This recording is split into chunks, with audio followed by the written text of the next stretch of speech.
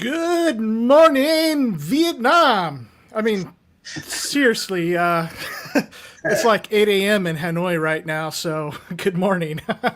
For the rest of us, good evening. And glad everybody's here to join us with the Thru Port Collective. We are the show that attempts to really focus our discussion on making music. Now, don't get us wrong, we love to talk about gear and have lots of it, but always the purpose is to try to better ourselves as musicians. So, my co conspirators are with me as always, Marshall and Tim, and we have our very first guest expert here today, which is David Svrjcek. So, welcome, David. How are you guys doing? I'm doing good so far. Survive. Doing good here, yeah. Doing all right.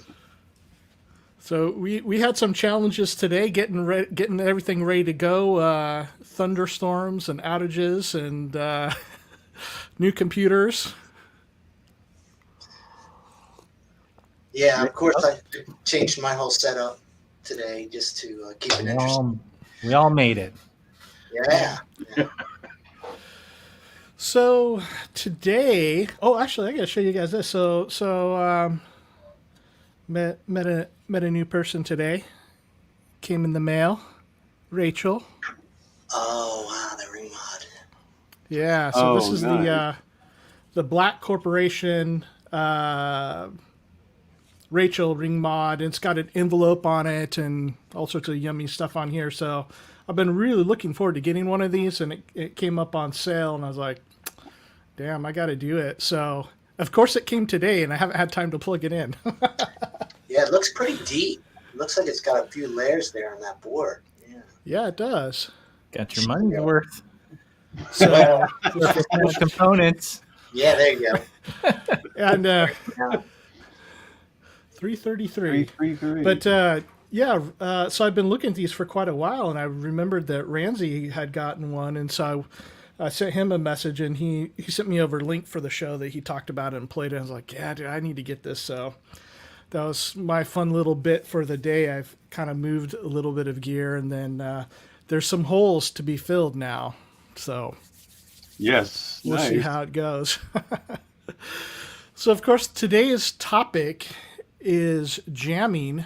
And perhaps, like, to start, like, this is a different kind of world of jamming than what I grew up with. So in the past, playing in bands and whatnot, playing guitar, when somebody said, hey, you want to jam, it would be like a bunch of people getting together and musically improvising and playing off one another.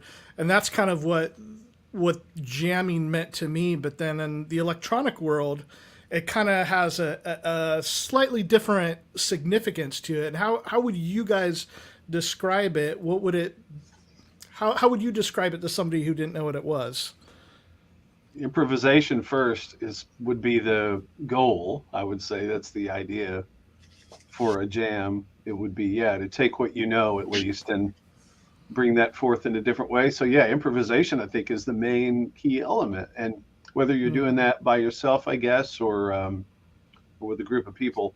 Chris, I'm from the same situation. Like jamming to me meant a bunch of guys in the garage or whatever getting together and playing, but still it's the improvisation that would be the part of it. You pick a key and kind of decide on a style, and like blues in E or whatever, and then start to do the bit. But now I think it's been kind of co-opted by the synth community as meaning you're improvising with your synths, your instruments. I agree with that, Tim. I think one of the hardest parts of it is you got to kind of figure out what your strengths are, right? Because you don't really have anybody else to rely on anymore.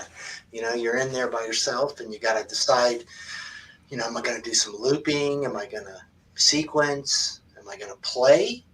And we kind of, what am I going to use? And you got to pick a setup. So for me personally, Not that anyone asked, but I think it would have came to that eventually. I struggle. What do I do?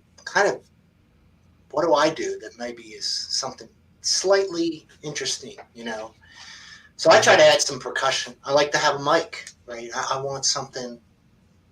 I want to have a little bit of the room, and maybe take a little bit, and I'm the same way, of that old vibe, of jamming and that, and then picking a setup, not getting too crazy, but that's where I come from. I'll let Marshall jump in.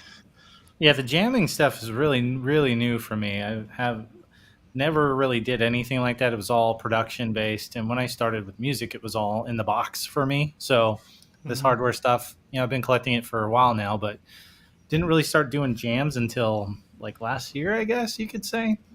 And my approach is a little bit different. And some of it, I do want to do a little bit of improvisation, but I'm kind of focused on like a really structured, almost fully produced sound with live instruments. So think like Kebu.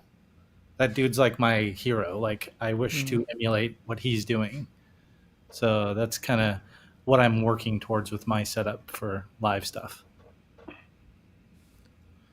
I didn't realize that you'd just been kind of jamming for about a year or so, and as far as like literally by the the title synth jams. Yeah, it's pretty new for me to even get into that whole thing. I've been working on a live setup for feels like years. I just haven't felt like I was always missing a piece or two to make it all work, kind of thing. And I think I got what I need now to make it happen. So. Yeah, it's like a different setup, isn't it? It's like totally different. Yeah. And part of my problem has been I get probably what was a reasonably good setup, and then I just change it, and it's like, why did I do that? I got curious about other instruments, but I do kind of feel like I need one section just for that, and like put it somewhere else. And Tim's got like the ultimate. Like we all just look at that. It's like, man, and you tweak it a little bit, Tim. I know I've seen adjustments, but it seems like an eternity you've had that in the synth world where, yeah, you know what I mean? Like it's by eternity. Yeah, it's probably been about a year, but yeah, like that's a long time. It is. Yeah, in my case, I wasn't trying to do this, but I just ended up kind of coalescing stuff more and more and kind of condensing and refining. And then I've found this sort of, I consider it one instrument, and so I like to get back there and treat it as such. And so, yeah, I need to live with it for a minute because I need to feel like I understand my instrument.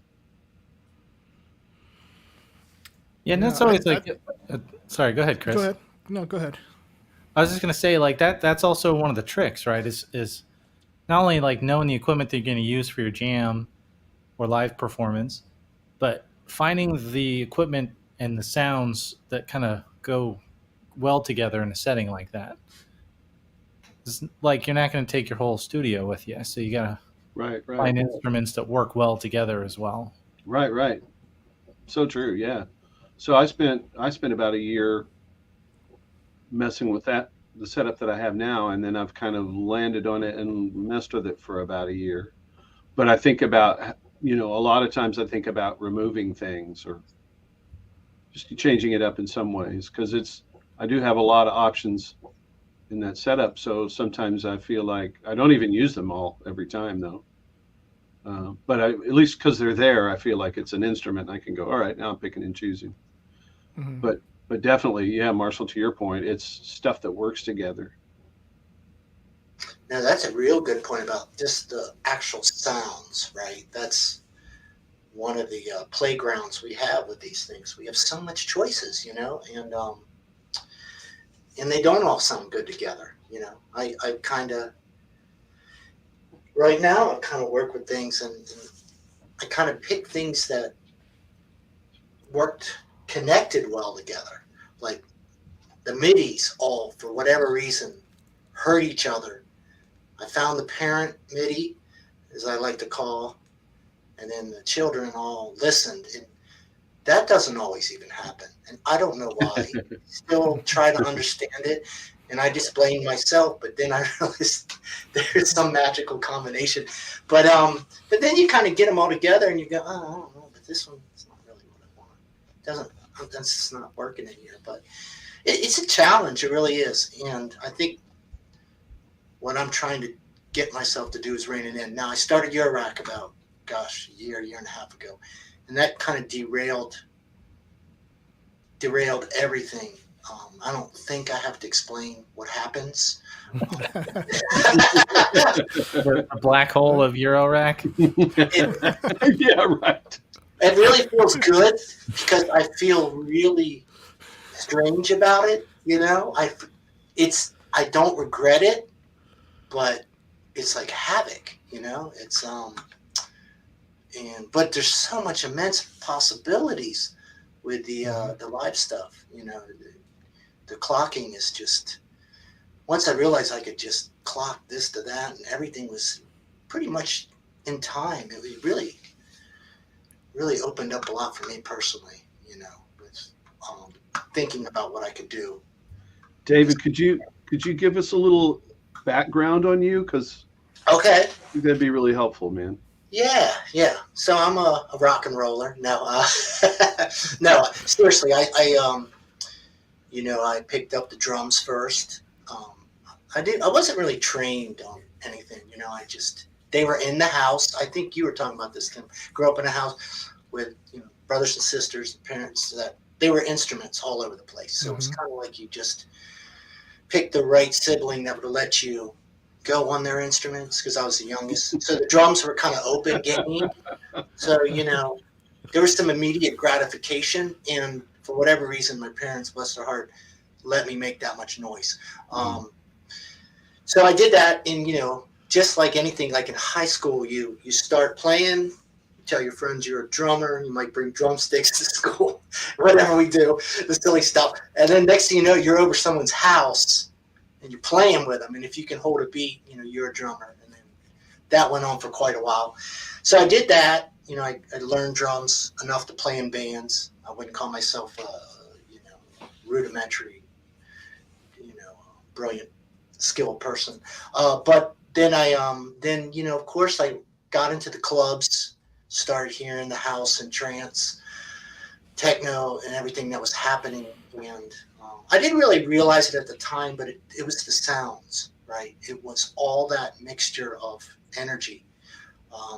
And before that, just to flip back real quick, I had my glam metal stage with the bandanas, the parachute pants, playing Poison Rat, Motley Crue. I loved them to death, right? I kind of felt there. Yeah. It was. I hope there's video of this. Yeah. It's so cool. I still have a few of the bandanas. It's just like my wife's like, I can't get it. And the spike. Right? That's amazing. That's amazing. Sure didn't happen. I stand by my respect for Tommy Lee, at least as a drummer. That guy was awesome. So, anyways, but then I got into the electronic stuff. I didn't get into the analog and all that. I got into just the vibe of it, and then like everyone had a reel-to-reel, a Mackie 1604 that I shared, and just started writing, but I didn't understand the MIDI component of it. I was just multi-tracking like it was a band still trying to put drums to it, like trying to put my twist on it, and honestly was just completely confused because I was like half like this thing. So long story short, I went back to playing drums, and then really got serious about playing in bands live, writing, bands making original music, playing, good support act shows and little mini tours and trying to get signed and, getting played on the radio. And then that kind of dried up. Kind of all of us kind of got, I guess, to a certain age and all decided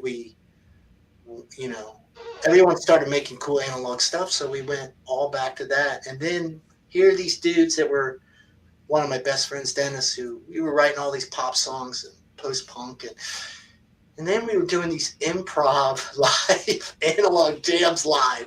Like we just turned it all around. But again, I will say it was the love of the sound, you know. So I have two things I really love. I love drums, I love rhythm, syncopation, and all that stuff. And I think that's where modular really, for me, is like heaven. You know, it's like having all these little people just, you know, doing all these weird off beats, and I can clock them differently, and they sort of listen to me, but they don't, you know. And then I got the playground of sound, so I'm kind of in both worlds right now. Still, I don't want to give up drums. It looks like you haven't either, Tim. And Chris, I think you said you played a little too, right? Yeah, not a whole lot. My wife plays, so I enough to teach her to get how to get going, and let her do it. I don't think Marshall. Did you play any drums? No, I tried playing guitar for a little while when I was like 16. Oh God, I tried guitar. It was so bad. I still try. Hard. That's super hard. Hard to play guitar. Weird instrument. Sorry, Chris. Yeah. But anyways, Man, I don't get it. Yeah, that's my story. So, yeah, I come from a live band scene and vibe, and that's really, I don't want to lose it. If you know what I mean, like there's something there to that.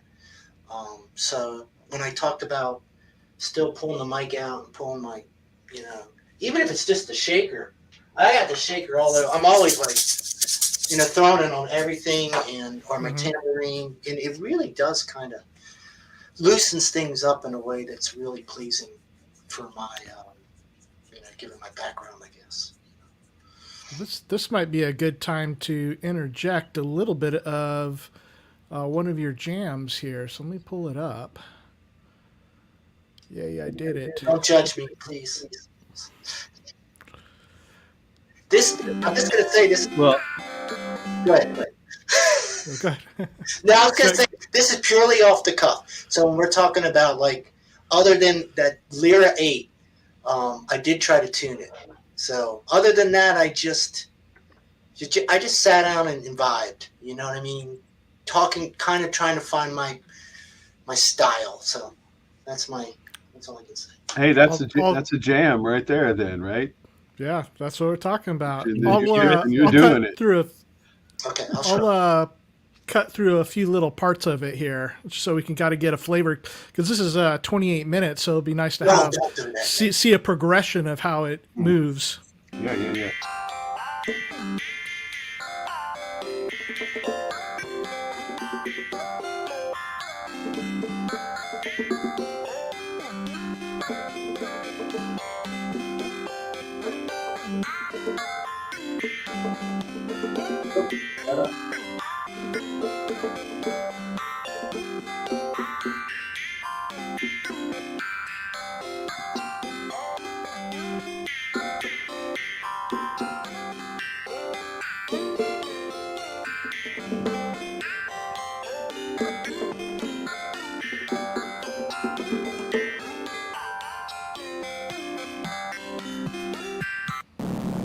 Oh.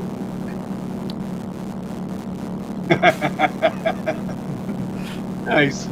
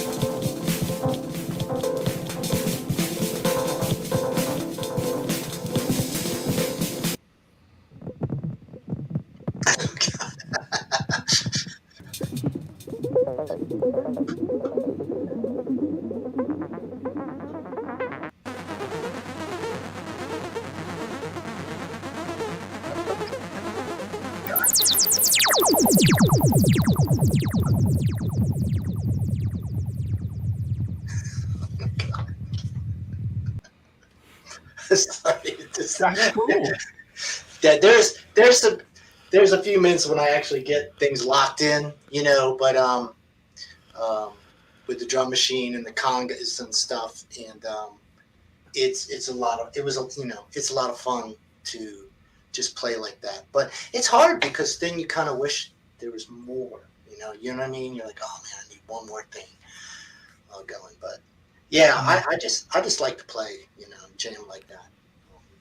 I think it's awesome. And I really want to comment right away that, again, going back to a more literal definition of what a jam would be. See, that felt like that to me. Like, I feel you exploring, you're like definitely just kind of letting things unfold and like goofing with it. And so it really is, that's a perfect example, I think, of like what a jam is like. And it went so many places in basically 30 minutes, and you just let it do that and followed it. I just had to comment on that. I think that's really cool. I appreciate it. Yeah, you gotta, it's, I think we all know this. I don't really talk about it like I have any special insight, the listening really intently to what's happening, and then kind of learning how to morph things and kind of that kind of tough moment where you're like, okay, this is kind of done or this isn't working well. And then there's those really amazing moments where things start to kind of just, there's a moment in there I've got the egg shaker going, and and I'm almost playing. I'm like hitting the table, like it's like you can tell that I want the drums in front of me, and I'm just like hitting it, trying to get push it farther. And whereas if I had a band, right, a band would instinctively know that a crescendo was happening. Yeah. So it's a real. I'll just say this. The one thing I see right now that is a challenge is the dynamics in electronic music sometimes. And I'm struggling to figure out how to get that dynamic kind of swells and that I remember, if that makes sense, Well, let me put that out there. So, of course, I've only done a few kind of single solo hardware jam synthy type things, and it's just a different world compared to what I'm used to. And I am kind of, like you said, used to following the wave of the music with other musicians and the dynamics. So how do you guys go about developing the dynamics of a jam when in this context it's just you by yourself? Who wants to field it? I got it. You want me to do it? Yeah, go. Okay, it doesn't matter. Sure. That's a great question. It's for me, it has to be, well, I'm designing it to have dynamics. I definitely already know that going into it. So there's one of those little things that I'm saying is like intention. When we play my jam here in a second, it's pretty dynamic. It's got two dynamics, essentially two.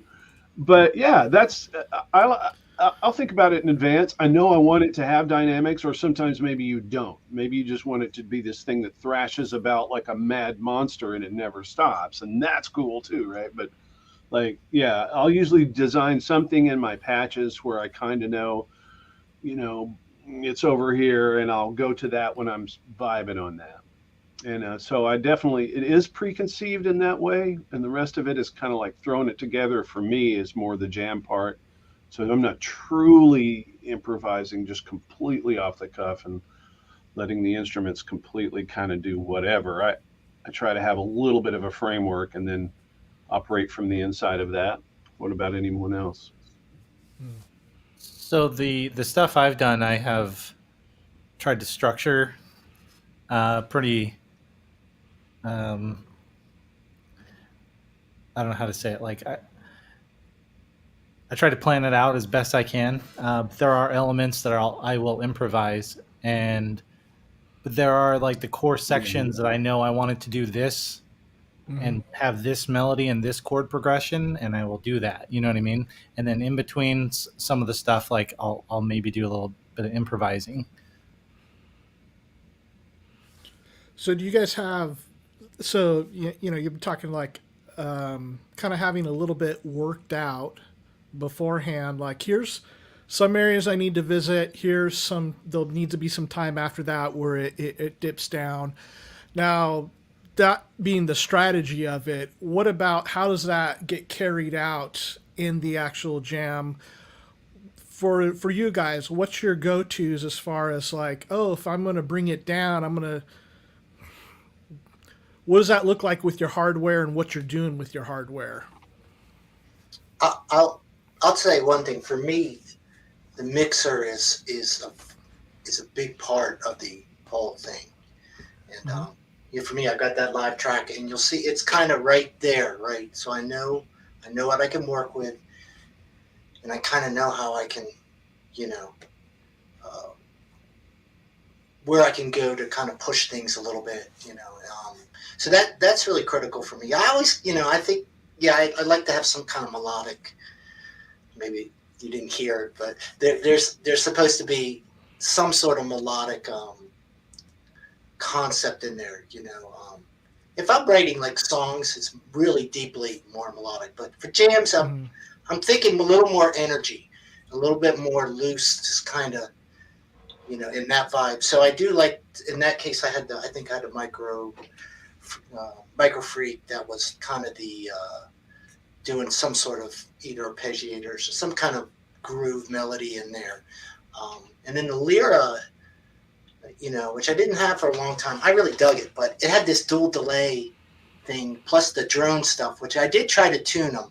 So in my mind, I kind of knew, okay, well, I can always default to a drone. It's always a safe place. And this Lyra is even more interesting because I can make a couple notes, so I can mess with it, and then I can kind of get the drums going, and then run the drums. I was running the drums through the Lyra, so I was able to use the delays. So they were kind of a team. Now they got a little. You got that Lyra. Those delays are really gnarly, and they will start. You'll start to turn something. You're like, whoa, and you got to kind of find it. So I guess I got some people kind of hanging tight, kind of trying to lock in. I've got the Lyra's kind of the wild card. The drums are pretty stable too, just accents and pushing things. Mm-hmm.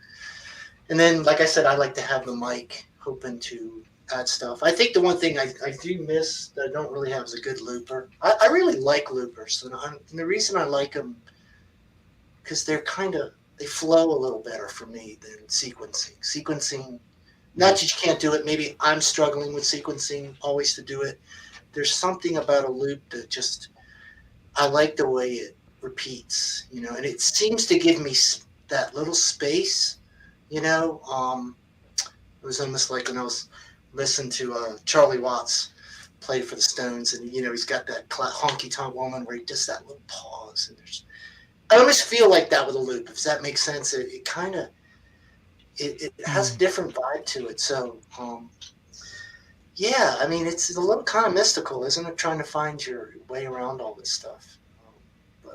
I kind of just use some of the basic devices, nothing too crazy to get dynamics, but I'll definitely use decay and release sometimes to achieve dynamics, and just within a sound, and know that sound I can reach a certain point of maybe filter brightness or whatever. But so that's a real obvious thing. Obviously, just bringing things in and out. Mm-hmm. As simple as that is, that's a real great way to achieve some dynamics. Sometimes you just want to pull back to a core element for a second. Right. Yeah. And then like also the activity, I guess, the busyness of what you're doing. that can make things seem louder and just more intense if you got like three things going on, and hopefully, you've designed them and they're fitting, Hmm. like it's working together and they're kind of filling in each other's spaces. So that's definitely another way I would achieve dynamics, would just be the amount of activity that's happening at any point.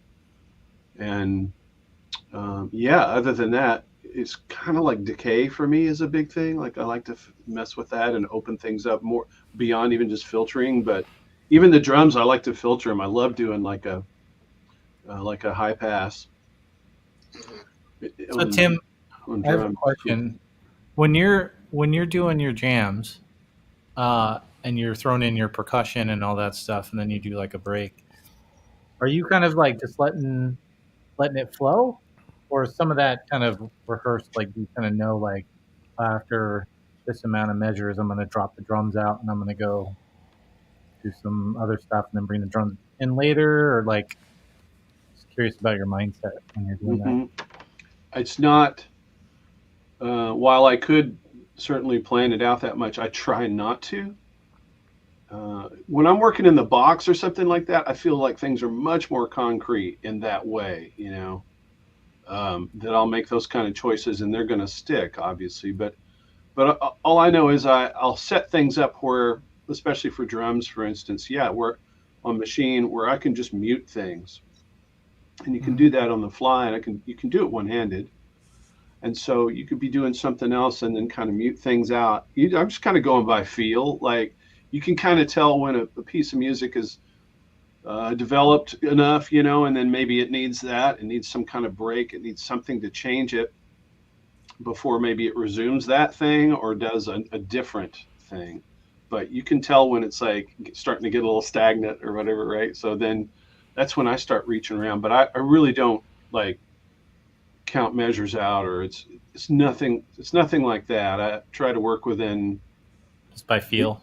yeah, but just kind of by feel, Mm. and when it seems like Hmm. dynamically, like if I start to get bored with it, that probably means the listener got bored with it about a minute ago. Yeah. Oh, I know. It's to add to that. That's interesting. I do think the envelopes are interesting way to do it. Another easy trick: turn the delay length a little longer. You pump Hmm. the reverb just a little more. You move it. You know what I mean? Yeah. And it really is it's a feel thing so much. And I think the most important thing, um, just in general, if I gave any advice to another musician, not necessarily y'all, is just you've got to let go and trust yourself, and Hmm. just play. And you just cannot think too much sometimes. Just listen, feel it, you know. But within that, you got to know your instruments a little bit. So that's why I do like to. For me, maybe it's because I keep switching. I don't like it to have too many because I work with them. I will work with them, Marshall. Maybe this is sort of to your point. For about an hour or two.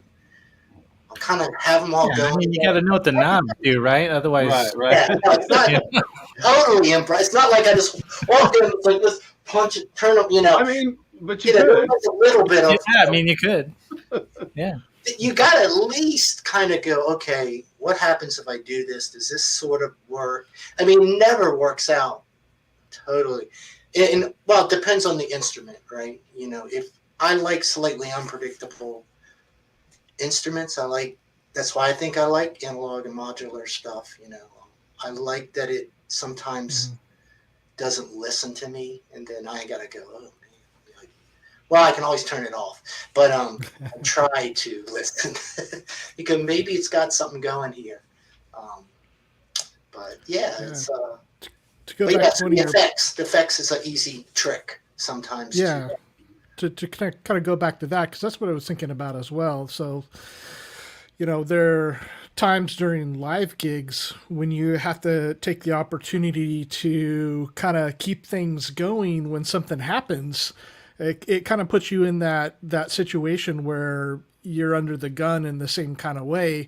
And so, what can you do? And especially if you're playing with a small band, and a significant part of the band goes out for technical reasons or whatever, or whatever happens, the sound guy needs to get something right, and now you don't have any drums in the mix or something, and to be able to kind of rely on the tools to give you some room to do other stuff, because there's been times like where something's happened, it's like, okay, well, the audience can just stand there looking at us while we're just sitting here, or we can do something. And so effects as tools has been something that's been very useful. And as you said, having delay or very long decay reverbs has been nice, or even being able to freeze delays.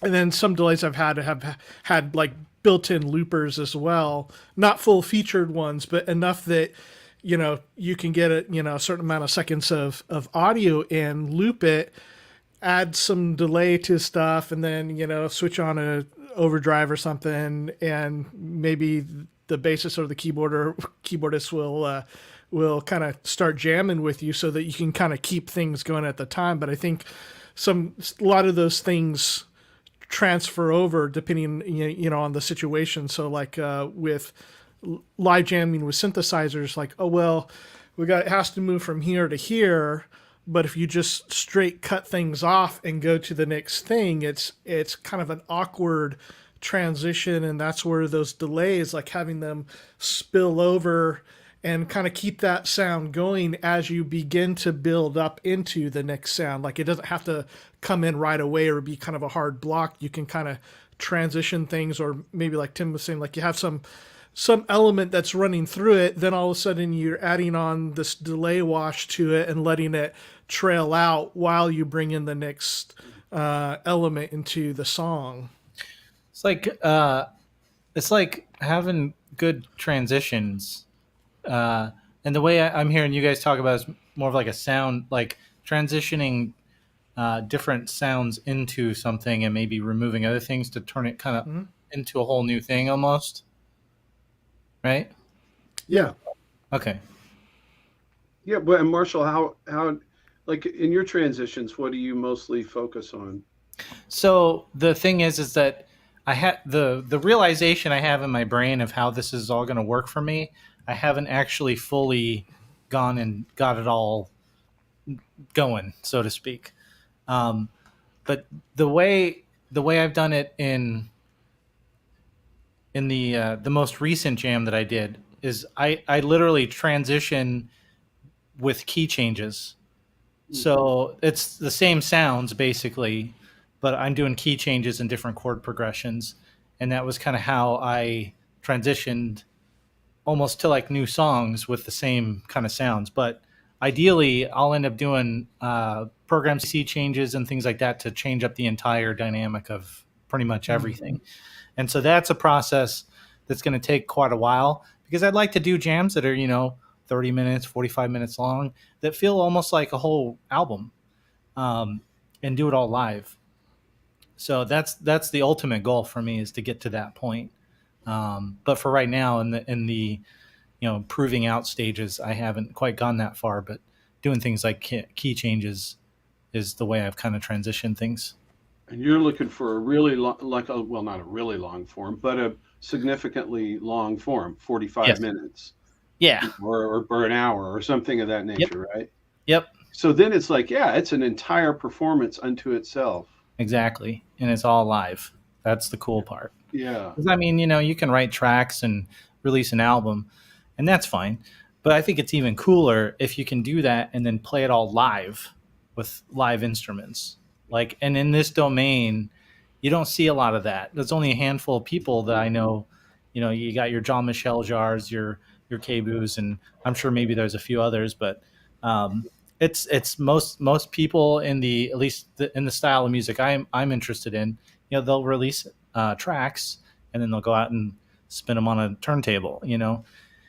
And that's cool, but I don't think it's as cool as doing it all live. No, definitely, yeah. Well, and if you have an audience, like when I'm doing jams, sometimes they end up getting into the 9 or 10 minute area, but I really actually intentionally try to not make them that long because number one, I know people aren't going to, hang out and listen for that, but not that I do it just to, appease the listener, but like I just know, but if there was an audience, right, then 10 minutes is a whole different time and space continuum because you have people there listening and breathing. Yeah, people doing it live, and that's my goal is to go out there and do this live. And you, Tim, you've done some live stuff fairly recently, even, right?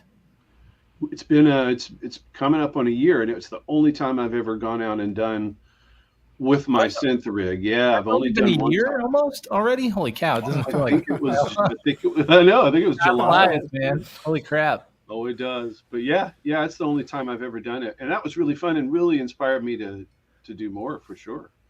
I actually people seem to enjoy it, which it surprised me. I got to be honest. I don't know. Like, are they going to like what I'm doing? I have no idea. Everyone gets up and walks out while you're. Yeah. Rotten vegetables are flying. Yeah. I mean, what you're talking about, Marshall, about creating something and then being able to reproduce it live. And I mean, just as an aside, like I'm totally cool with people making music that will never be able to be reproduced live.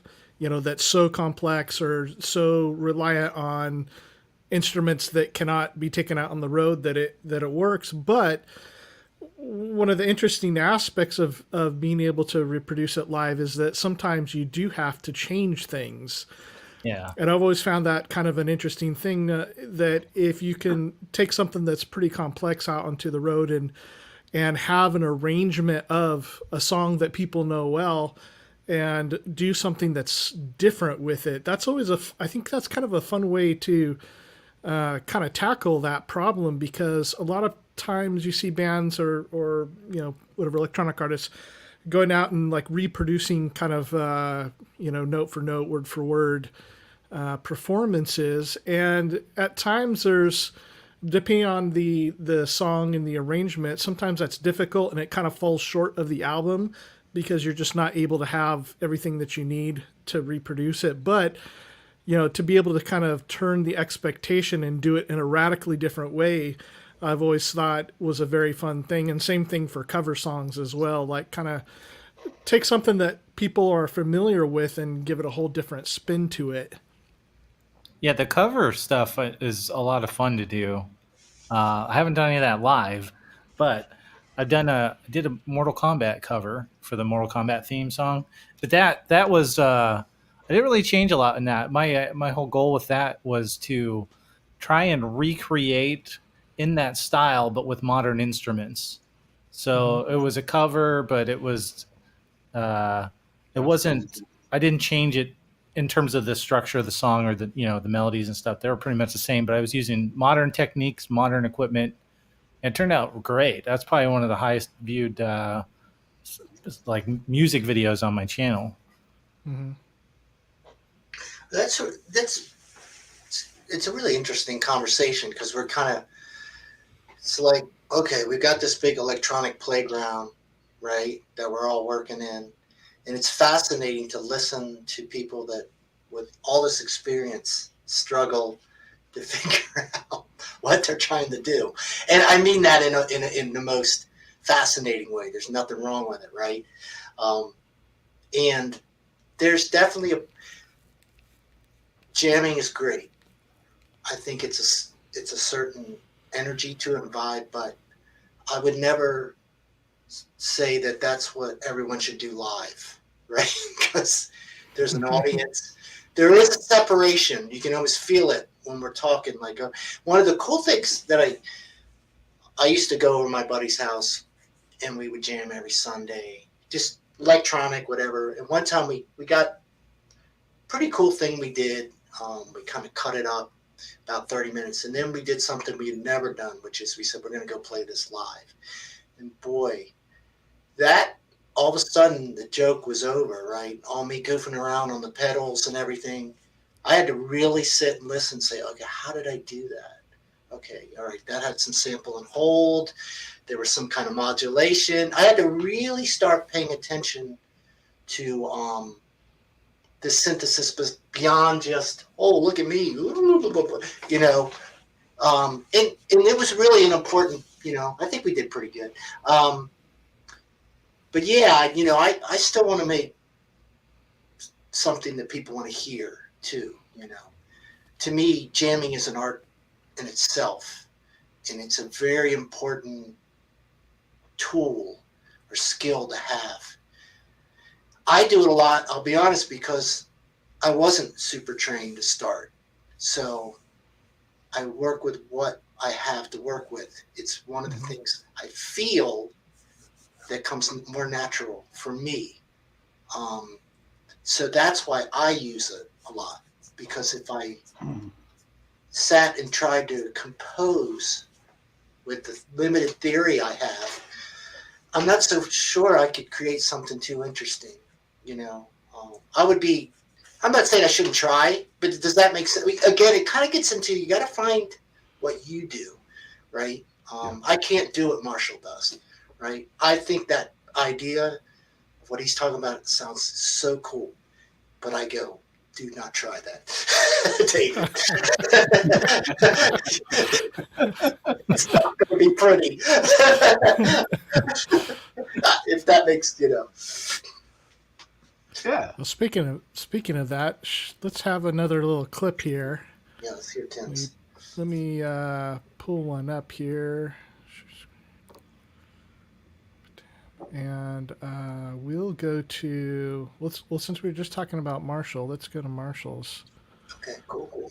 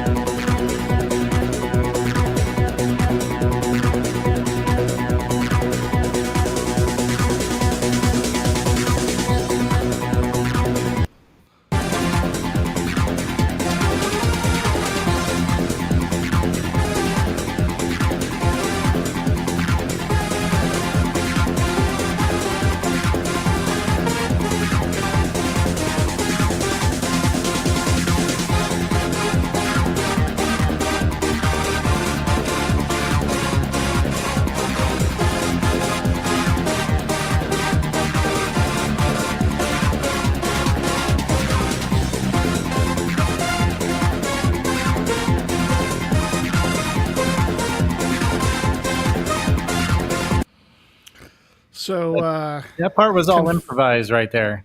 That's awesome, man. Like the chords, Nice. I knew I wanted to play those chords, but in between that whole kind of that was all, I just made that up. So that was all improvised. That it feels So- like it, man. It does feel like a jam like that, but I feel Yes. your anchor points too. You know, Yes, like exactly. Yeah, that's what's nice about it. And Cool. this, to your point, the sounds were nice too. And I know we don't always focus on that, but everything, I could hear everything. It was very, had a lot of nice movement going. It was very cool. Yeah. So a little confession from me here. I came from more of a rock, blues, metal background, and if somebody had brought up, hey, what do you think of trance or techno or house or any of that stuff, and some years ago, I'd be like, wouldn't be caught dead listening to any of that. Like, I don't like that stuff, and the truth is that what really turned me was I don't know how many years ago we met, like maybe 2018, Marshall, or 2019, I don't know, somewhere in there, 2018 maybe, that like I started hearing your music. I was like, wait, some of this stuff is really good. And I was really blown away, and I still am. This is just really fantastic. Yeah, thanks, man. The thing is, like, I always kind of liked electronic sounds in music, but I didn't know there was a such thing as only electronic music. Because, I had heard it in the pop music growing up in the 80s and in the 90s and stuff. In the late 90s, though, that's when I found out, well, no, it wasn't even then. It was the early 2000s I found out about trance. And then I was like, oh my God, what is this? I need to learn how to make this. So, because before then I was all into rock and, ska and heavy metal and all kinds of just rock stuff. That's kind of what I liked back then. Mm-hmm. So That piece too, Marshall, is like a great example of what you were talking about like making a key change happen to get a big scene change. Like there it was right there. It's like, there's the new song, boom, Yeah. key change. And the cool thing is when you do key changes that sound nice against one another, it's like it refreshes the ear. Even though it's all the same sounds, it makes it feel fresh still, which is cool. Totally. Yeah, there's some interesting things. Even like we think a good key change, the chord that you go to or that you kind of pivot from, that kind of thing. But there's some really odd key changes that also somehow bizarrely really work. I know. So I mean, I love Van Halen, and I know David does because he was wearing a Van Halen T-shirt in that video. And so it's funny, I love Eddie, and that was my guy, and I liked the rock stuff, but the song that I never liked was Jump. I know it's a bit of a cliche, to say things like that, but I just didn't really appreciate that one. Other songs on that album that featured the Oberheim synthesizers, like the opening track 1984, just really hit me, but Jump never really did. And I was listening to Jump and kind of checking it out much later in life, where I was more into synthesizers, like, let me see what he's doing on this. And I hadn't noticed before, but there's something like, the song is going and it's key, and I don't remember what, was it C or F or something. And all of a sudden, when it comes to the guitar solo, it's like a half step off, which is a really weird thing to do for a key change. And that's one of those crazy things. Like, this should not work, but it does. And just as Marshall was saying, like, it resets the ear. Mm-hmm. It kind of says, "Oh, something different's going on. You better pay attention to this." Yeah, and it's like, so when you like in the beginning of that jam that I did, that first part goes for a good portion of the video because I had to bring in the elements, and I kind of messed up a little bit for part of it, and it's just that's part of the thing about doing a live kind of jam thing. So. But then once you get into it, and then all of a sudden, boom, there's this key change, and your ears kind of perk up, and you're like, "Oh, that sounds cool," And then you go for a minute or two, and then change it up again. So but the final version of this whole experiment will be doing more than just key changes. It'll be changing up the sounds and everything's too, and trying to find unique ways to transition into new songs, basically. Without almost like a mixed record, like the trance records of the day that I grew up listening to in my 20s. I guess I was kind of grown up, but you know what I mean? Mm-hmm. Absolutely. Mixing, but doing it all with live equipment, like real hardware. Like I think that's like my holy grail to do to That's be able that's to a do it. super challenging thing to attempt. Yeah. Yeah. Really, that's going to. But how amazing! Would you ever do something like once you've gone through a bunch of sort of let's just call them scene or song changes or whatever? Would you ever come back to maybe that original thing in any way, like bookend it or anything, or do you just figure it's Or just something that goes? maybe maybe maybe not necessarily bookend it, but maybe bring hints of certain elements and melodies of other tracks back in throughout the performance as well. It's like, oh, I Nice. remember that kind of was earlier, but now it's in with this, and It's that'd be different. cool. Oh, Yeah, that's great. Yeah, yeah. that's really cool. That's a great concept. That's one of the cool things about being able to do it live with hardware, because you can do stuff like that. If you're just mixing a record, that's all you got, unless you're mixing a couple different records. But then you need different parts of the track on different I don't know how you would even do that, really. You know what I mean? So the only way to do something like that would be to do it with hardware. So speaking of hardware, one thing that I enjoyed is David was walking through his setup and how things worked as far as the jam. And I was wondering if you would also kind of walk us through the basics of your hardware setup for this jam and what was doing what. I know you're using the Blue ARP on this, which is cool. Oh yeah. So percussion is RD9 and the RD8, the Behringer clones. By the way, I'm sorry to interrupt, but Yeah. was that snare thing, was that the Marky Mark thing that you were doing? Because I know you love that. Yeah, the snare crescendos, man. Those are like a staple of trance from like early trance, right? But yeah, so the percussion is kick drum from the RD9, and then a mishmash of hi-hats and claps and stuff from both drum machines. They're kind of individually output. That's one of the reasons why I wanted these, because I got the full 1/4-inch outputs for all the different sounds. Those are running into a Behringer XR 18, which acts as the sound card that mix everything. So the drums are sequenced in Ableton, and I'm using the push to trigger the different rhythms, I guess.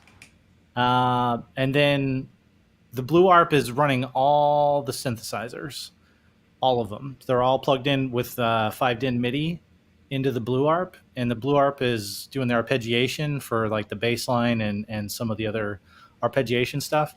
And I'm controlling the bass portions with my left hand, and there's a split on the keyboard. And on the right hand, it's playing the lead from the Moog 1, which is kind of like a supersaw sound that I made on there. Mm-hmm. And trying to think. I think there might have been like a Korg Legacy Collection M1 sound mixed in with that too.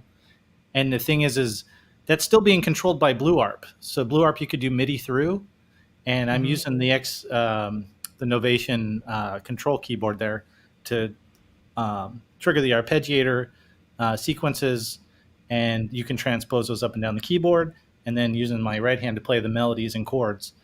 And then you've got the what is that thing? The beat step. And what I've done with the beat step is that's hooked up to the Blue ARP, but there's 8 instances of Blue ARP within the Blue ARP box, basically. And I use those. The lights are illuminated. It means it's running, but I can turn those off as well. So I can bring them in as I need or take them out as I want just by hitting the button there. So that's all been MIDI mapped to turn those off. So where is that on your rig there? Is that on the right-hand side of your main keyboard there? Yeah, the black thing with the big red lights. Yeah. Okay. Yeah. Yeah, that's the beat step, and it's I'm just using it as a controller to control Blue ARP and turn off and on instances. So, and Gotcha. then the TD3 there, that doesn't have MIDI control of the filter. That's the one thing I wish that thing has, because it sounds awesome. So I'm having to manually tweak the filter on that, which is fun. But there are portions of the song or the performance where I wish I could have programmed in a filter envelope to control that through the Ableton, but I couldn't do it. So there are sections of the song that I kind of wish I could have done some filter sweeps on the acid lines there, but I couldn't. Mm-hmm. But yeah, and then so there's a bunch of synths though. There's 7 synths connected to the Blue ARP. So there's the TD3, there's the ARP 2600, the Moog 1, a V-Synth. Trying to remember what else was in there. JP8000 and an AN1X. Did I get them all? I think that's So all. let me ask, I don't know what the experience level is of everybody listening. I know some of our listeners are very experienced jammers, but maybe there's some people that haven't done it as much like me. So let me see if I can get the kind of big picture. So the blue ARP is like a really important piece of your rig, Yeah, and you're triggering it from the keyboard. So like a bass line is triggering it from whatever key you're playing, E or whatever, and right. then it's the blue ARP itself has multiple lanes of sequence or arpeggiations, Arpeggiators. Yeah, and so then that's driving all the different synthesizers. correct. And you can make it to like the Blue Arp can be a sequence, just a regular sequence or two. You can program sequences in there. But the way I'm using it in this is it's all arpeggiated. So I programmed in the arpeggiated, sequences or whatever that I wanted in there. And then I've got on the right hand side is just MIDI through, so I can play chords. So and all the bass stuff, I think that it was the 2600 and the AN1X were the two kind of main parts of the bass line, and then the TD3.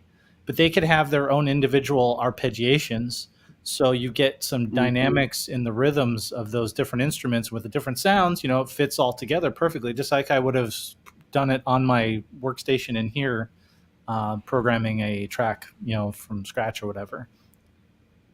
And that's the cool thing about it, is that's why that Blue Arp to me is it was the missing component that I needed, because it can do all kinds of stuff. It can do those program changes I was talking about. The only thing that I wish it could do that it can't is envelope automation. So you can't automate filter sweeps or things like that.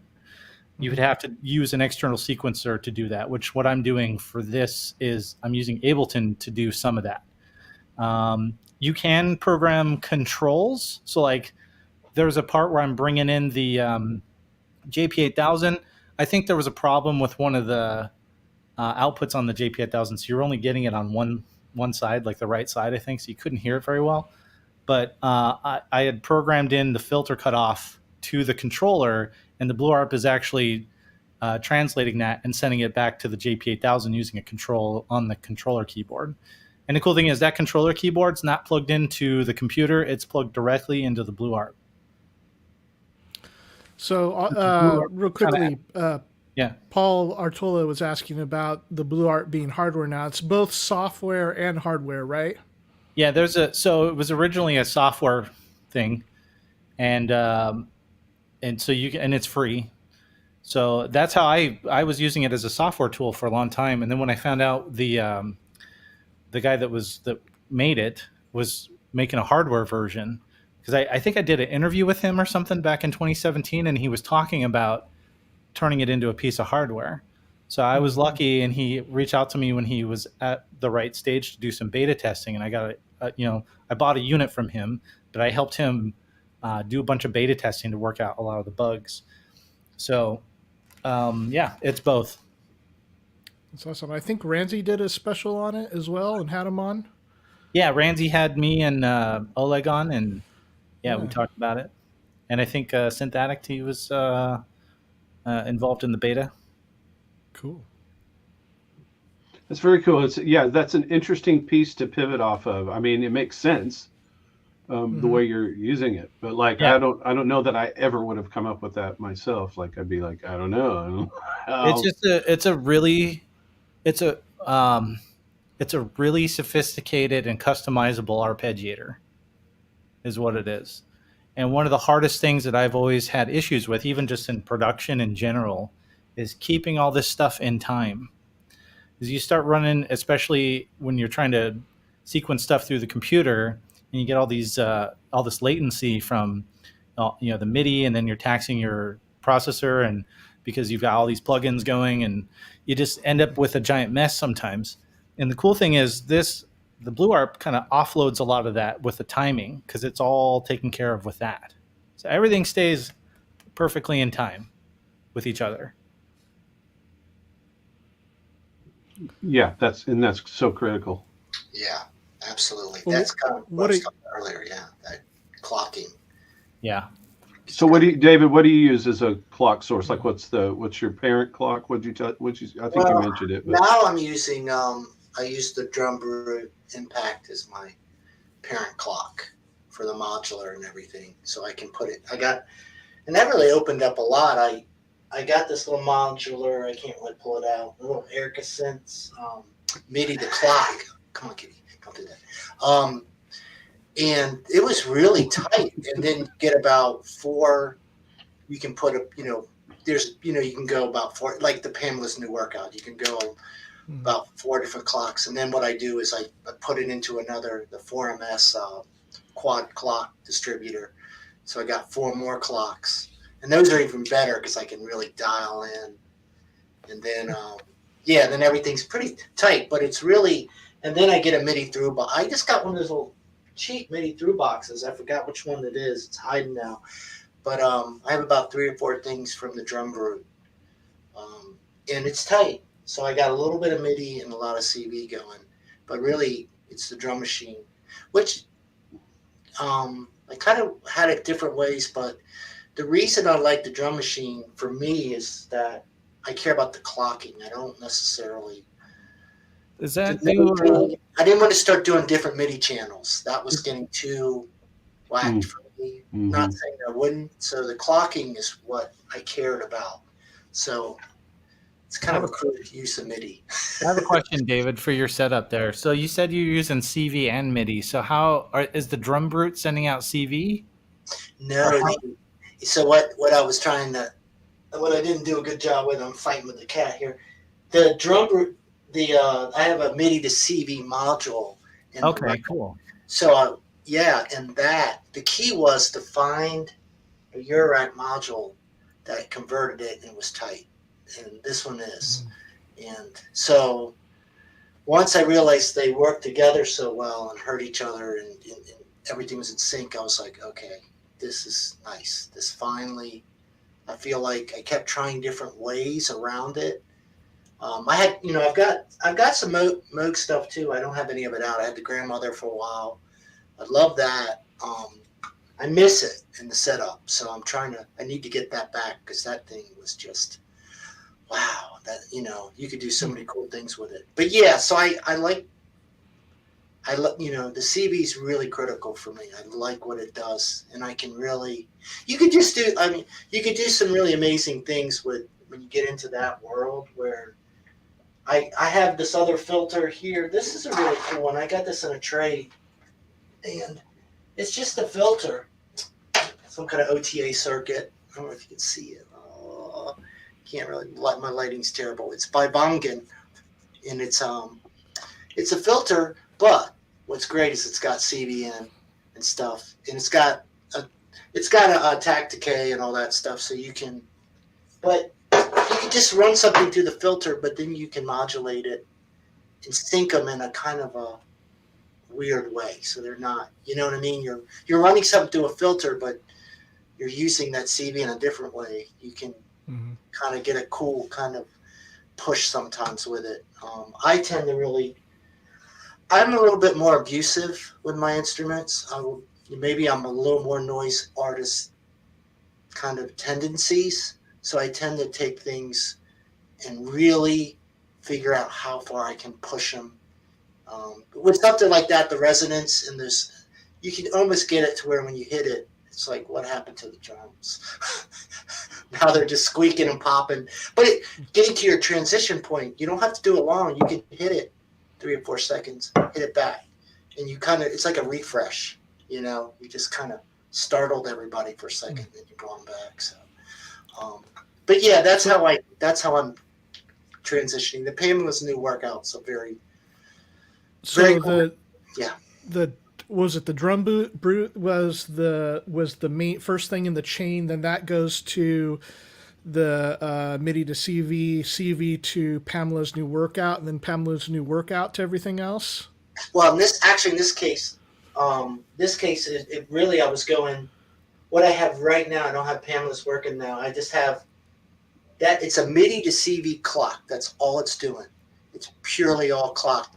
So I'm just clocking, just getting the most, I'm getting the tempos, but then I'm sending that to another basically clock distributor. So then I've got all sorts of, instead of using multiples, the difference is I can adjust every clock. If I want triplets, if I want quarters, if I want ace with one thing, I can start moving them into filters, to envelopes, to LFOs, to whatever you want. So just out of curiosity, so I have a Pamela's New Workout, and that's my main clock for my Euro rig. And then I have like a drum machine connected to it and all my other modules and the matriarch and stuff. Why not control some of that from? I'm just curious as to how your workflow is like, in terms of clock dividing and changing things like you said to triplets and whatnot. Why not do that within Pamela's New Workout, or is that too cumbersome during the jam and you have it in other ways that you can do it on the fly? Or you could do it that way. And actually, I was using that more as an example because that is is one of the standards to use. I tend to, if something works, I just like this is tight, and so I actually really. I wish I could, the 4MS is kind of an old school, so they're all locked in, but it's a really old school, you put the clock in and then it gives you 4 outs, but they all have dials. It's a little bit more hands-on than I would say Pam's. You can, you can do, and then you can get the expander and do the, I think it's like the envelopes. I haven't got that yet, but yeah, it just, for me, I can dial things in. And I think some of that is the drummer coming out a little bit that, I'm going to over rhythm things a little bit, and under sequence. That's just how I like to move things, but there's not a right way. But what I can do with all that, what I really like is you can take a drone and really get movements from a drone. So you're just using notes 1 or 2, but you're pushing it with so much different modulation that it's almost like you don't really know what's happening. And that's when it gets really cool. You're like, is that just a C, like kind of bouncing, and then I'll hit an A or, whatever. And you can't really tell what's happening completely, Well, of course, I didn't get to mention it, but the favorite part of that jam that you did that we played parts of there was out of that third section that I played, which had a kind of a polyrhythmic thing going on that I really enjoyed. It felt very like modern Radiohead to me, where at first it kind of strikes you and you're like, okay, I'm confused. I'm not sure exactly where home is and what's going on. But then you start feeling the rhythms going and that that they're working together. Yeah. And I like that. It is cool. Yeah, there is one part, not to tip my hat, but it is near the end where I have the egg thing that I think I was joking, because I struggled to find the one for a little bit, right? And things were swirling, and then all of a sudden it was like, whoa, we're doing some kind of weird pseudo-proggy kind of, and really pleasing. And I think what's interesting for me is that one of the reasons I stopped playing drums for a while is that I felt like my brain got better than my body, and it really upset me, like I watched Dennis Chambers or something too much, or somebody, and I kind of, got, like, oh, I can't do it. Like, what am I going to do? And this kind of brought it back, it's like, well, maybe I just got to come at it from a different angle. As long as it's up here, that's the most important thing. Now it's just translating. But I appreciate that. Yeah, no, it is in that kind of, they're a great example of someone that uses sound really well, has an amazing drummer who just holds them together. He's like, really underappreciated, I think, in some ways, because he's just, he's doing some cool stuff, but he doesn't. He's got all these kids. Like, look at me, I got my synthesizers, and the singer, they're crooning, he's crooning, and the guitar plays, and then it's like, how are we going to keep this together? But they do. It's a I great like band. that. I don't know if you remember, I think one of their tours or something, I can't remember who it was, if it was their engineer or who, but there was, because the drummer is a bald, very distinct looking bald guy, and just that, yeah, like you said, that cool drum stuff that he does. And so to replicate some of the polyrhythmic stuff they did on the album for one of the tours I saw, they brought out this friend of theirs who also had the same look playing drums, and it looked like identical drummers, and then they're doing all this crazy stuff live. I thought it was just amazing. Yeah, they're a good example, I think, of a band that has a lot of jam in them, but knows how to rein it in, right? And put some cool stuff together. Like, okay, that was a lot of fun, but how we got to chop this up a little bit and have bits and pieces. Yeah. They're not everybody's cup of tea, I know that, but the spirit of the band, I think, is cool. Like, Yeah. you're like, man, that looks like fun. They look like they're having fun. So, Yeah. Tim, tell us about your setup there, bud. Well, sir, I Tell me how that all works right there. 'Cause that's cool. Yeah, I used to get master clock basically from Pro Tools. So that would be kind of my starting point. But I would only use the DAW because I wanted to wean myself off of it and just figure out how to do hardware jams. Hey, that's the actual subject of our show. Wow. And so, yeah, I just wanted to kind of get away from that. So I did get the Machine Plus, and so that became my clock source. And then I just used Pro Tools running in the background just to record. Do you multi-track, or are you just recording a stereo output from your No, rig? definitely multi-track. Yeah. Everything's going to its own track. That's huge. I don't have time for that other stuff. I can't. I mean, I just can't do that. It's so frustrating if you try to predict a 2-mix and then you're jamming. No way. Like, I want to be able to say, bring that kick up a little right now, for the love of God, and you can't. You're locked in, So everything definitely goes to its own track. Yeah. I added some more I/O just so I could do that for sure. So I've got 24 channels now of discrete in and out for Pro Tools. But yeah, Machine Plus is my brain. And from there, I go out MIDI out to KeyStep Pro, which is kind of like just over my shoulder, well, whichever one it is there. And then that converts to CV, which is pretty great. Also has a couple of additional MIDI outs. So now I kind of have some options. I've wired it together different ways. Right now I use some of the MIDI. Matriarch seems to prefer MIDI for timing over CV. It gets a little fussy with the CV. So that's, David, kind of like what you were talking about. You have to kind of learn what the weaknesses and strengths of the instrument is. Yeah. So from the KeyStep Pro, then I just go out. It has 4 CV outs and a couple of MIDI outs. So then I'll kind of stretch those tentacles out. And I also have a Pamela's new workout. And so that can further distribute clock. And a lot of the Euro rack stuff has, almost like a foldback for, clock in, and then it also has a clock out. So you never have to dead end, which is nice. So there's plenty of clock to get thrown around. And then, yes, some of the sequencing or arpeggios I do is on the KeyStep Pro. Some of I actually still kind of like to build things into the synth itself and start and stop it.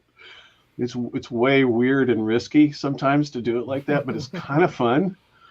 It's not not as predictable as like muting and unmuting sequences on KeyStep Pro. That's pretty rock solid, but like to kind of have some kind of sequence built in and then try to anticipate the downbeat and hit start is kind of fun. I don't know. It's just like, I like it. I don't know. It just live it on the edge, man. Yeah, I mean, it's just kind of fun. Like, I don't know. Yeah. and they feel a little different. Some of them lag behind a little, which kind of gives it almost like a swing, almost, Yeah. and just kind of like it's fun to experiment with that stuff. But I guess that's basically it. Marshall, I don't know what else you. So I got a question about your setup actually. So you've got a combo of a good amount of modular along with synths, like you Yeah. know. So when you're controlling these things, are you sending MIDI out of the key step to the synths and then CV to the modular rack, or how are you kind of distributing what talks to what? The key step has MIDI and CV out. So for each, it's a 4-track sequencer. So I can definitely send 4 CV out and then 2 MIDIs back out as well. So you got 2, yeah. But so like you've got your what was that, an OB6 there? Yeah, on top of the right. OB6, Hydrasynth, and your Moog Subfatty. Actually, on the bottom there's the KeyStep Pro of that little tier, and then to the left, the hardware synths that you have. I know you said the matriarch likes MIDI, right? So that's 4 synths there. Are those all are you daisy chaining, or how are these all hooked up? I did do some daisy chaining, and I've done it different ways. I haven't decided I haven't found, let me put it that way, the best way to do it yet, but I will go MIDI into the Hydrasynth and then MIDI through from it into just above it the OB6. Gotcha. And so there I am letting it address on different MIDI channels for sure. Yep. So that's just, so there's one run basically, from the key step. Yeah. Yeah. And so that's kind of it. And then another run goes to the matriarch. And then I just take, because there's clock out, there's gate, clock, and note, volt per octave, whatever, coming out of each track of that KeyStep Pro. It is so much fun because it integrates everything, basically. Yeah. So that's cool. Yeah, I've really enjoyed messing with it because of that. And since it has a little keyboard on it, you can noodle around if you're so inclined, rather than just launch things. But it will do that as well. That's a super sweet setup, man. I really like how you've designed that rig. It's pretty fun. Yeah. I can reach everything. That's kind of the bottom line there. It's not too much either. You know what I mean? But it's a good amount of stuff. You got enough sound capabilities in those instruments to do quite a bit. Yeah. It's enough for me to, while I'm doing a jam, sometimes just completely brain fart and go, wow, what am I doing? And reach for a knob on one of the instruments that's not at all what I'm trying to go for. I can get spun out, because you're right. It's not like a million things, but still, and you start looking at all the options over there in the Euro rack, and in the heat of battle, man, you could just be like, whoa, what was I grabbing for just then? I've seen me do takes where I just grab for something, and then pull away, because it's like, no. Wait, that's not what I was grabbing. No. Don't touch that knob. Yeah, that's not that one. When you reach for it, psych. Right. So can we play a little bit of this, Tim's? Yeah, we can. Let's hear it.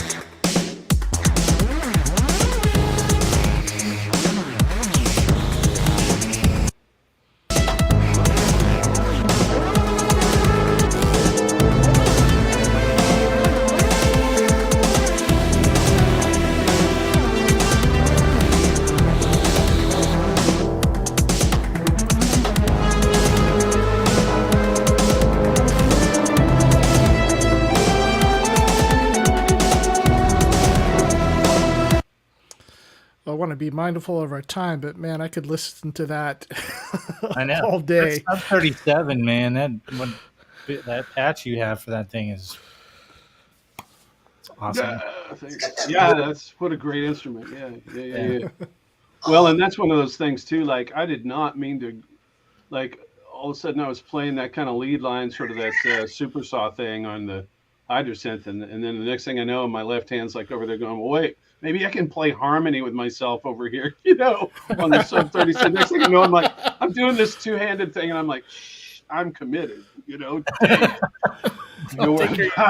gotta stick with it now. That sounded great, man. That sounded really good. I think it's also, a compliment to, your skills to put good sounds together. Because there's so many times like, oh, that's really cool. And then you'd reach over and hit something else. And then, like, I don't know, it was a matriarch or something. It was like, wow. I'm like, oh, man, what was that? I just think it's crazy how much, how like we were talking about dynamics earlier. And the way you're able to just completely change things up. And it feels like it was almost planned, you know what I mean? Mm-hmm. But it's not, and that's the cool part about what you do. I think like it sounds very polished, and it's got structure, but like I said, like it's not like you sat down and like wrote all that stuff out. Like it's all kind of on the fly, which is what makes it cool. It's not predictable. Is Right. what I would describe it.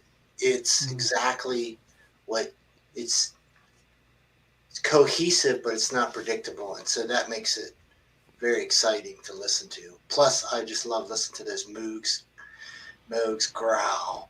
Oh, yeah.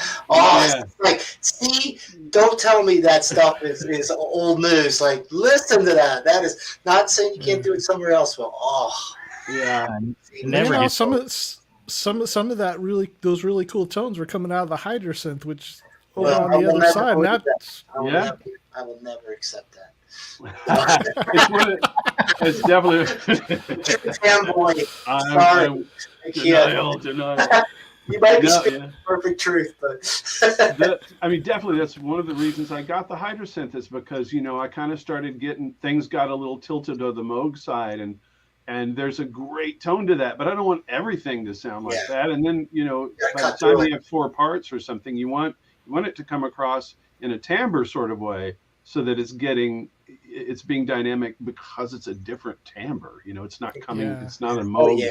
It's not a Moog oscillator every time. And then because everything gets kind of mushy and sweet and warm and soft and blah. But now I went so the super saw on that hydrosynth. That's why that's so much fun, because it's like there's that thing. Plus you got the market touch, so you can kind of work. Yeah, I'm always looking for things to just like anybody, it's just another color on the palette, and if you're using all pastels, it gets boring. Yeah. I'm just thinking about racks, like tiers of synths now, above all this. I was literally looking over, like, I see it. You got room? Yeah. You got room in there? I was going to say that's new. How? Yeah. I'm waiting for Amy to chime in and say yes or no. Oh, that's my sister, so she's probably she can say no too, though. But my wife don't get it's okay. It's okay. We'll I just got my drum set though, so I guess that's my latest toy. So we'll see. You always need something new, but I do like. On all seriousness, I think the machines are really a big part of that whole thing too. I'm curious though, Tim, what is the modular play in your? What are you using the modular basically for? Typically, when you're jamming, because I'm hearing a lot of things, There's a weird kind of micro-tuned thing that's in there that's almost stringy sound, like you can really hear it more clearly in the first half of that jam, but it's that's the no coast, so it's additive synthesis. I love the sound of that little box. It's a strange little and awesome, amazing, weird thing. You just kind of have to get to know it, and definitely, again, it's a different color. It's going to always come across like, oh, here I am, and so it already sits in the mix. Like I'm making a mix by adjusting timbres as much as anything, and then it makes the mix a lot easier. But yeah, I kind of use it for to mess up the semi-modulars. Mostly that's why I started getting Eurorack stuff, is to modulate the semi-modular stuff and make it do things that they can't do. But then, of course, you tumble down the rabbit hole and go, oh, well, wait, this is a cool voice. Yeah, you kind of worked it. But I agree with you. That No Coast is, every time I've heard it, I just go, that sounds really good, doesn't it? Like, is it just me, or is it just... And it doesn't really sound completely like anything else. Yeah, it's got its own little thing, and it has it has like here's the filter, a math section in it, and it it has its own little built-in thing. So it's you can top to bottom it right there. I don't have to have other modules to make that thing work. It's great. It just needs something to tell it what notes to play, basically. Yeah. That's cool. And then throw it through Magneto or some cool reverb, and it becomes a thing. Yeah. Or don't. Because like reverb is great, right? But I mean, you can only have so much massive reverb, so you also have to think about what things sound better dry. Yeah, that's a good point, actually. Yeah, let some stuff be dry, and let a couple things have the reverb, but everything can't be in that space. Yeah, no, it'll crush it. It definitely. Unfortunately. Well, you guys, we should probably close it up here. What do you guys got going on this week, and what's new and exciting? Well, how about we start with David? Yeah. Okay. Well, I think I just alluded to it. I got I haven't really been playing drums much, so I got a new electronic kit, and I don't know how I'm going to incorporate it, but I was feeling the need to play some drums. I can't really, just something. I missed it, and sometimes, just like with any other instrument, I kind of said, boy, I kind of want to wrap my head around a little bit, see how I could use this. And I think it's mainly the multi-tracking and stuff. But and I can sync this. It's got MIDI, and I could do some really wild things. There's a dude guy on YouTube I just saw who's like got his modular, and he's like runs like his rings and all these different things to his snare, and it is just so whack. It was almost too much. I was like, I don't know if I should even saw that like that. But so anyways, to your point, I think I'm gonna play some of that. That always kind of gets the juices flowing for me. I'm sure maybe guitar for you is like that, right? Just kind of like something I kind of feel comfortable with. I can just get on it and not have to think. That's just like especially with the modular, you spend a lot of time thinking about the science of it, and then there's times where you just want to be in the art. Yeah, and I like the visceral feel of it. It's a different little headspace, and I kind of missed it, but it's all connected. They're not really separate in my mind.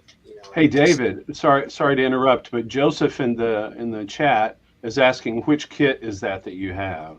Okay, it's the TD. What is it? It's the TD7 KBX. The Roland. It's a Roland. Yeah. So I thought you said tedious, which was making. I'm like, you got the tedious drum kit? Wow, that's a bummer. That's Roland's. That's Roland's synthesizer department. Right. I know.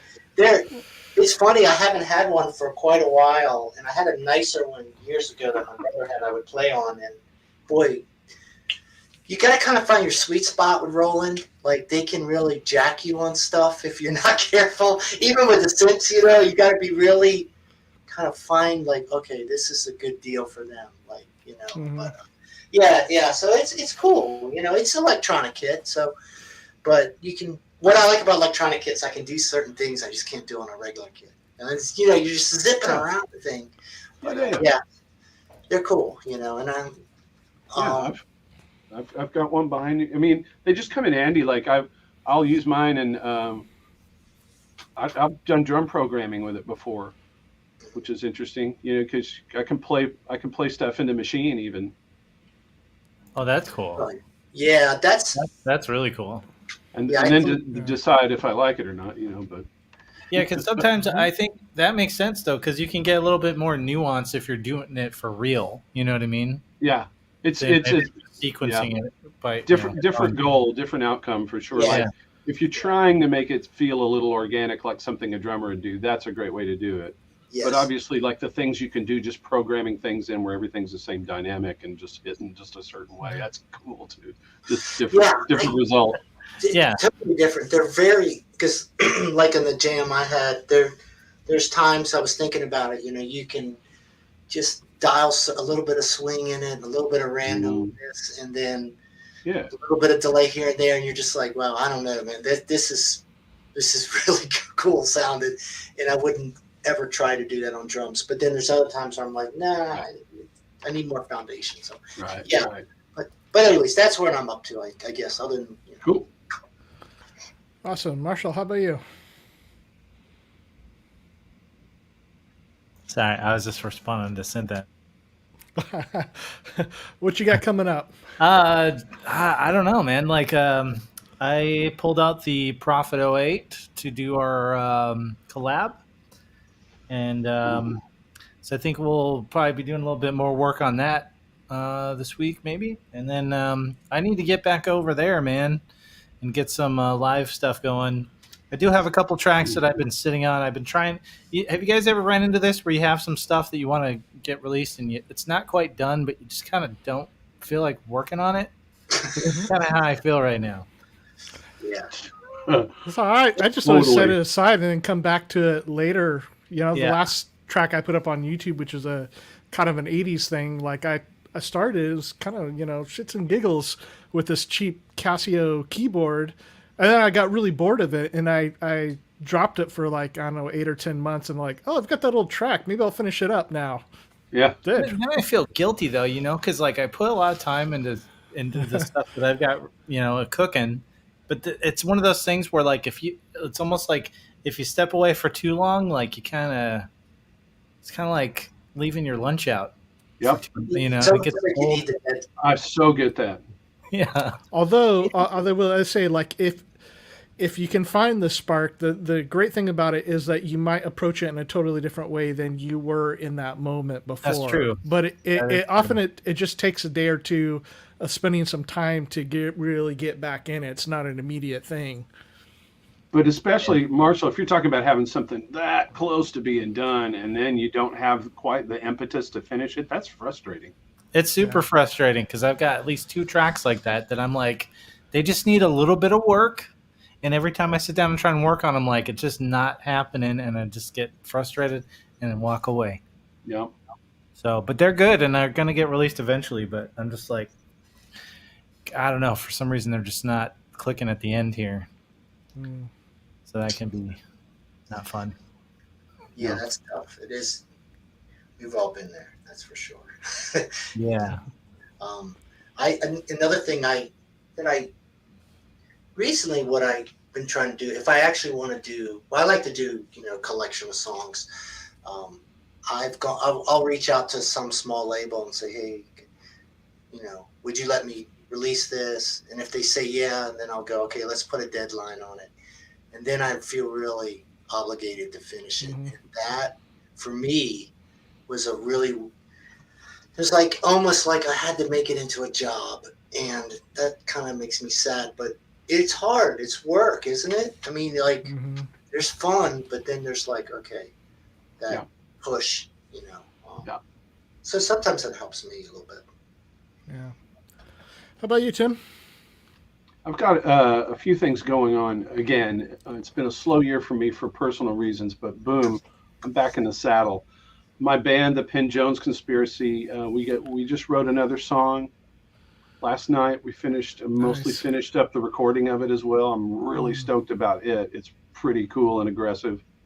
And we did a live performance at my buddy Ben Jackson. He's a synth nerd and drummer as well. He's the drummer in my band, and he's got this really nice home studio. It's not really a home studio. It's much nicer than that, but he's doing a series with artists in the community where he has 3 artists come in and each play 3 songs live in his studio, and they video it.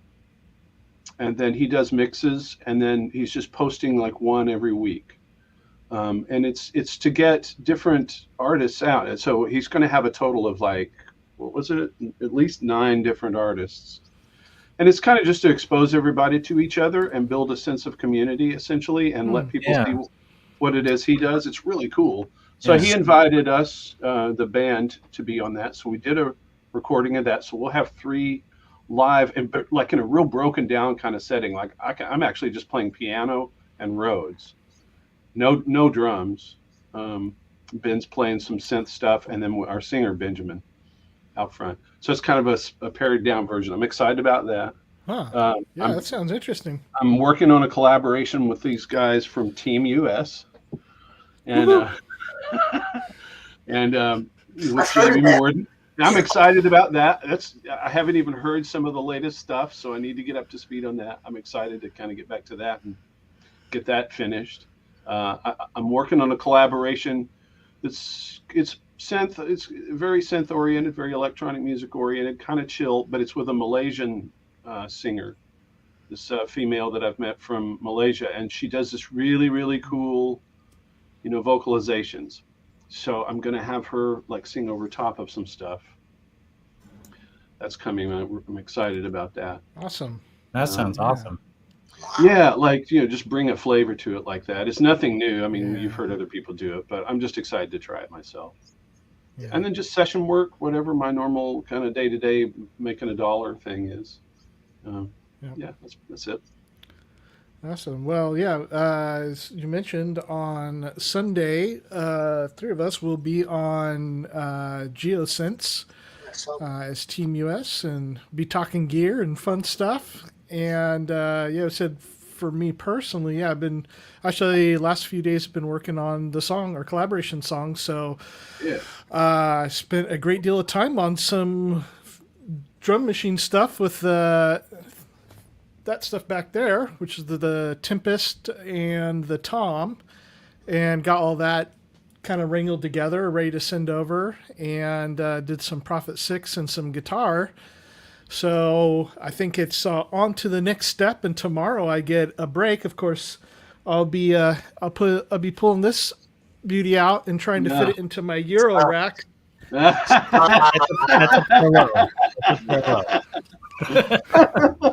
what I should have started with. I don't think that's got a power supply.